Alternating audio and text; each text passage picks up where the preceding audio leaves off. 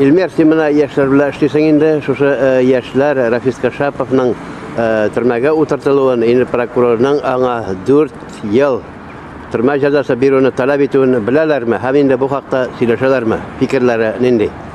Яшьләр инде хәзер күпчелек бик пассив күренәләр, алар инде бу проблема турында белмиләр дә дияргә була. Инде Рафис Кашаповны 9 айдан артык инде төрмә астында тоталар. Йөрәген шиклиләр. Шул вакыт эчендә инде бик күп акциялар булды, бик күп чаралар булды. Менә интернетта кем актив катнаша, кем актив утыра, алар инде күргән булырга мөмкиннәр.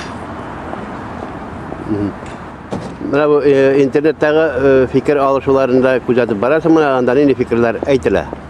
Интернеттагы фикерләрне күзәтеп барам, анда бездә Татарстанда гына фикерләр түгел, анда шикелле карашлар да бик күп күренә.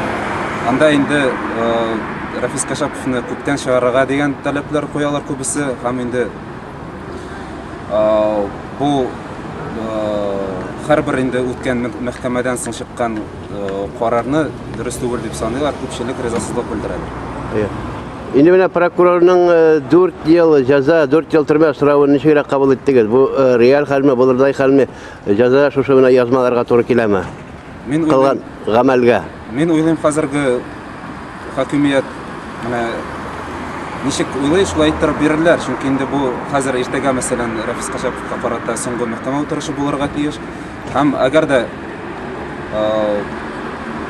судьяга кушылган икән, ул күпме кушылган шул хәтле бирәчәк. 4-ндә бирергә мөмкин, 6-ндә бирергә мөмкин, 10-да бирергә мөмкин. Менә бит инде сәяси чаралар алдыннан, менә зур сайлау алдыннан менә шушындай мәхкәмә эшләре элегрәк туктатылып тора иде.